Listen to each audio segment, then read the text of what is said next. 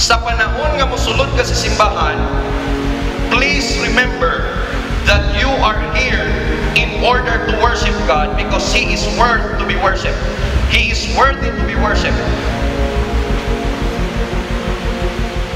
Let us scripturally defend our faith in the Lord Jesus Christ and His teachings through doctrinal and practical. You fight back. You defend the faith.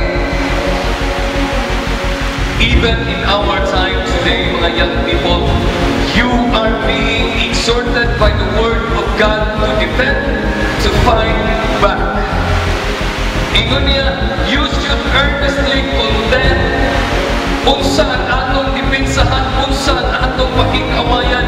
It is about the faith that was once delivered unto the saints and even to us today. It is about the faith.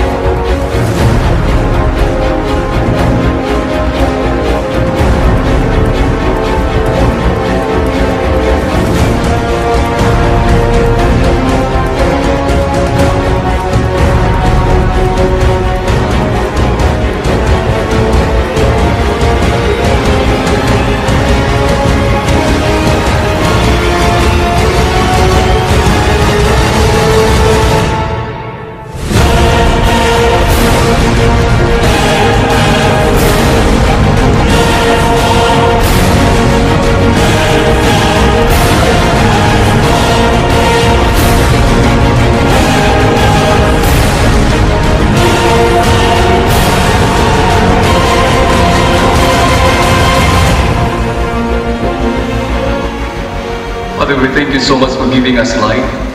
We are in darkness before, but today we are now in light because you are light. Thank you, dear Father, that you continue to enlighten us with regards to your word. Although we receive already the salvation, but dear Father, a lot of things we need to know about you. O Ginoo, salamat kayo nga hangtod karon ang imong pulong nagagiya gid kanamo. Adunay mga challenges usahay Ginoo, adunay mga pagsulay na mag-abot sa among kasakagsa ka mga pagtuo diha kanimo. Apan salamat kay imong pulong Ginoo nagapabilin kini nga tinuod. O nagapabilin kini nga nagatudlong sa mata ko sa gyud kanamo ug ang katudloanan sa imong pulong mao gayud ang isa.